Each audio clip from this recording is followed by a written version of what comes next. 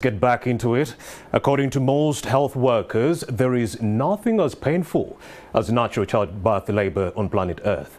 For the men who have never and will never go through the grueling experience, childbirth labor can be compared to being burnt by very hot cooking oil or having your body part like a finger cut off without any pain control. For the Bagishu like myself, circumcision would be tantamount to natural childbirth labor. Now, while such cruelty can last for some seconds, natural childbirth labor lasts several hours, and a mother cannot run away from it until the baby is delivered.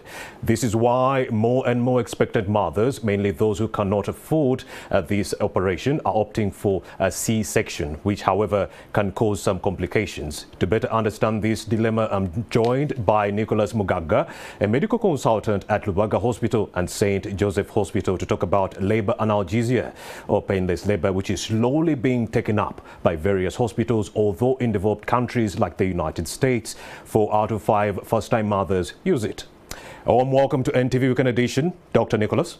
Thank you so much for the invitation to NTV. Indeed. Yes. First off, shed more light on this issue, labor analgesia, and how it's being used in my country, Uganda.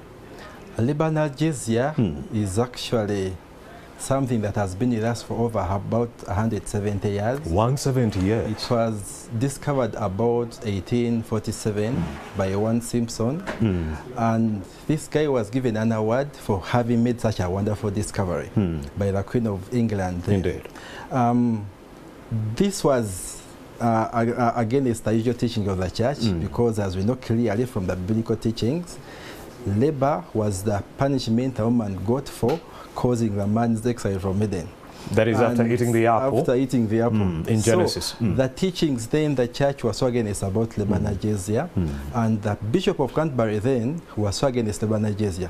But in 1853, after endorsement of the Queen, she gave birth her seventh born called the Leopoldo then, and she says it was a very wonderful experience. And since then, this was advocated for. Indeed. And even the bishop then that had so much fought against this labor analgesia allowed his own daughter to give birth using the same method. And since then, this has been around.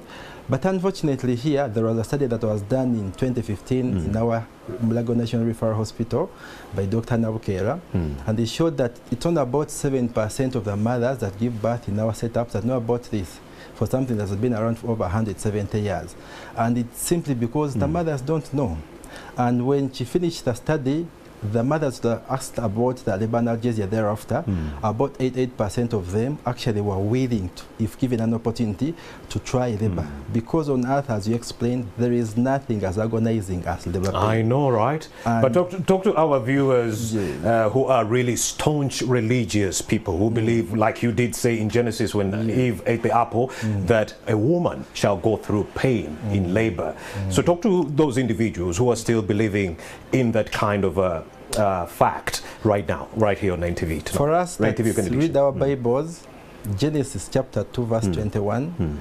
It is very clear, I quote, as it reads, "And the Lord God put Adam to deep sleep. He removed his rib and repaired it." That's evidence that God has never loved us to go through such agony. That's why you never hear anywhere Adam scream about pain.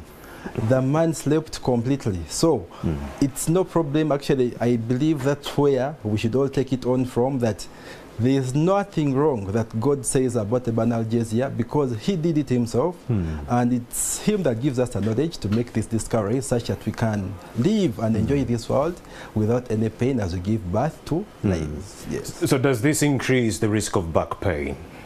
There is a myth that labor analgesia increases back pain, but that is not true.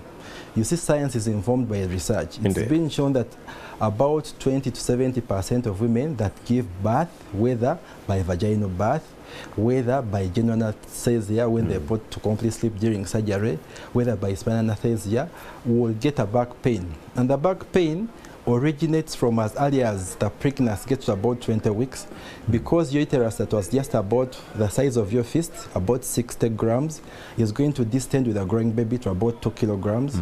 This is attached to the ligaments in your backbone. That stretching will cause your back pain during pregnancy. I see. After that time you're going to have an increment of about 10 to 13 kilograms. All that adds on to the weight of the back. When you get time of delivery, as a baby finds its way out, the baby is stretching ligaments, tearing ligaments. Actually, there are women that get too much pain that you have this bone in between here that seems to be actually give way because of the stretching. And after you've delivered, you realize that most mothers will bend while breastfeeding. And you're going to do that for a number of hours. All that will attribute to the back pain. So it is not true that labor analgesia or spinal anesthesia will cause you a back pain. But does it delay the progress of natural labor? Research has shown us that that is actually a fact. The first stage of labor, which is from the onset of labor to about 10 centimeters of dilatation, you'll have an increment of about 30 minutes. Then from the full dilatation to delivery, you'll have an increment of about 7 to 15 minutes. I see. But when you look at a whole process that is going to last you about 12 to 16 hours, an increment of 30, 45 minutes, and you're enjoying the process of no pain while you get contractions, it's really not significant because you have no pain. It's but does it affect, but does this whole operation affect the outcome of the baby? No, not at all. Still, studies have shown that there is no difference in outcomes of babies that have been pushed without labor analgesia, those have been operated. So there is no increment in number of babies admitted to NICU. I see. And there's no change in UPGA scores after these babies are born. Indeed. And we are time, but we've run out of time. But the expectant mothers who are watching NTV Weekend Edition are wondering, is this affordable? Or is it only a preserve and exclusive for only the well-to-do expectant mothers, Dr. Nicholas? There is nothing unaffordable. Labor is a whole 280 days. From the time you conceive, you have time to prepare for this childbirth. The fees may be a little high compared to the usual fees, but when you plan with the obstetrician, save for this one-time opportunity, remember, every childbirth is your own timing. So you need to plan well, have it the very best way, such that you have a wonderful experience during childbirth, such that the labor process is not agonizing.